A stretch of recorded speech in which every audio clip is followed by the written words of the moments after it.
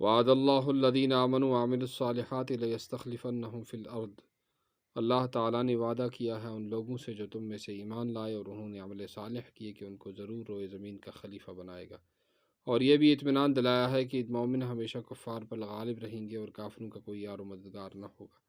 وَلَوْ قَاتَلَكُمُ الَّذِينَ كَفَرُوا لَوَلَّوُا الْأَدْبَارَ ثُمَّ لَا يَجِدُونَ وَلِيًّا وَلَا نَصِيرًا، اگر تم سے یہ کافر لڑتے تو ضرور پیٹ پھیر کر بھاگتے اور نہ پاتے کوئی یار و مددگار، اور مومنوں کی نصرت اور مدد اللہ کے ذمہ ہے اور وہی ہمیشہ سربلند اور سرفراز رہیں گے۔ وَكَانَ حَقًّا عَلَيْنَا نَصْرُ الْمُؤْمِنِينَ، اور حق ہے ہم پر مدد ایمان والوں کی۔ وَلَا تَهِنُوا وَلَا تَحْزَنُوا وَأَنْتُمُ الْأَعْلَوْنَ إِن كُنتُم مُؤْمِنِينَ، اور تم ہمت مت ہارو اور رن مت کرو، اور غالب تم ہی رہو گے اگر تم پورے مومن رہو۔ وَلِلَّهِ الْعِزَّةُ وَلِرَسُولِهِ وَالْمُؤْمِنِينَ، اللہ ہی کے لیے عزت ہے اور اس کے رسول کے لیے اور ایمان اور مسلمانوں کی۔ مذکورہ بالا ارشاد پر غور کرنے سے معلوم ہوتا ہے کہ مسلمانوں کی عزت، شان و شوکت، سربلندی و سرفرازی، ہر برتری و خوبی ان کے صفت ایمان کے ساتھ وابستہ ہے۔ اگر ان کا تعلق خدا اور رسول کے ساتھ مستحکم ہے جو ایمان کا مقصود ہے تو سب کچھ ان کا ہے، اور اگر خدا نخواستہ اس ربط و تعلق میں کمی اور کمزوری پیدا ہو گئی تو پھر سراسر خسران اور ذلت و خواری ہے، جیسا کہ واضح طور پر بتلایا گیا ہے۔ والعصر ان الانسان لفی خسر الا الذین آمنوا وعملوا الصالحات وتواصوا بالحق وتواصوا بالصبر،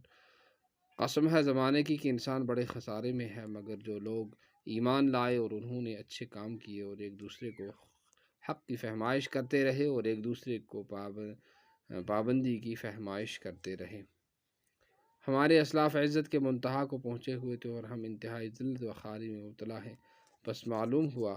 کہ وہ کمال ایمان سے متصف تھے اور ہم اس نعمت عظمیٰ سے محروم، جیسا کہ مخبر صادق صلی اللہ تعالی علیہ وسلم نے خبر دی ہے: سیأتی علی الناس زمان لا یبقى من الاسلام الا رسمه ولا من القرآن الا اسمه ولا من القرآن الا رسمه، یعنی قریب ہی ایسا زمانہ آنے والا ہے کہ اسلام کا صرف نام باقی رہ جائے گا اور قرآن کے صرف نقوش باقی رہ جائیں گے۔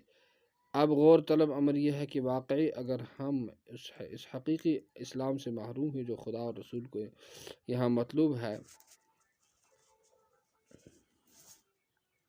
اور جس کے ساتھ دین و دنیا کی فلاح و بہبود وابستہ ہے، تو کیا ذریعہ ہے جس سے وہ کھوئی ہوئی نعمت واپس آئے، اور وہ کیا اسباب ہیں جن کی وجہ سے روح